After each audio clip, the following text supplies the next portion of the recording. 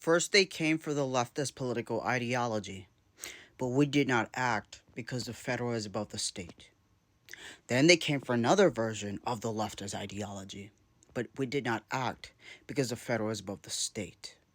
Then they came for the employment rights for the unions, and we did not act because the federal is above the state. Then they came for the identities, right? And we did not act because the federal is above the state. Then they came for me, then they came for you, and we did not act because you're also included in groups that can be put into the fires because the federal is above the state, right?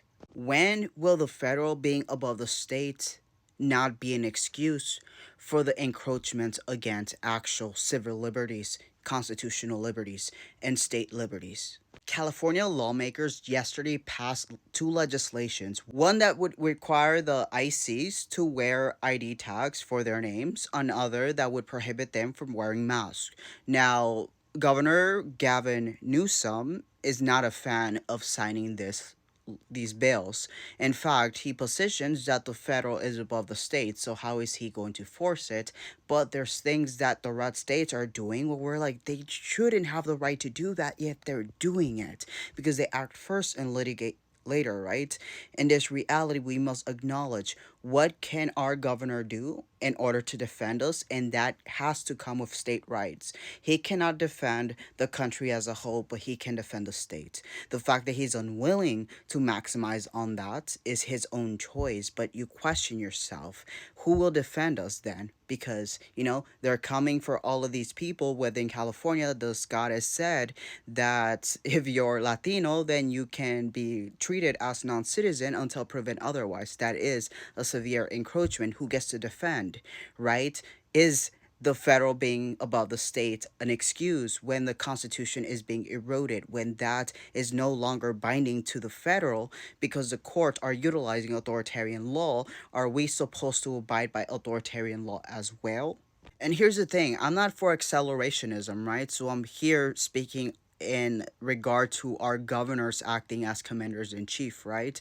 But here's the thing, when we're trying to mitigate away from the maximum harm that we think this administration will utilize against dissent, what we're ignoring is the fact that even when we don't take that bait, what they're still doing is harming our people, right? We're still throwing people into the flames in order to dilute their anger, but we're sacrificing people at that forefront because the federal is above the state. But they're still taking on these liberties, right? Because we're trusting a court system that at the maximum, the highest court is already secure in authoritarian law.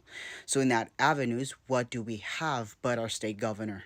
And here's the thing, yesterday in Illinois, two ICs expired a victim who, like in San Bernardino, feared for his life from being enforced disappeared and tried to get away, right? The agent, instead of letting go, try to manipulate the event so that it can be said that he was being harmed by the victim, right? When in fact, he was terrorizing the victim. And in fact, he's going to utilize that in order to justify the fact that he had to unalive this person, right? But it's the same thing as what happened in San Bernardino. In San Bernardino, it was actually filmed. So when they said that the drivers tried to run him over, it was proven that that was untrue. But in this reality, it's questionable whether they actually have film, and if they do, why would they release it, right? But what that tells us is that they're capable of utilizing excuses that because there's no proof otherwise, it's going to be default, right? This is authoritarian law. The rule of justice is no longer independent, is no longer blind, because it's being positioned in order to excuse maximum harm. And in fact, what is your JB Prisker gonna do, right? What is he going to do against that argument that he was just trying to defend himself, right? And it's reality, we have to recognize that in our governors not actually choosing between the civilians and the ICs, what they're doing is they're choosing to harm you.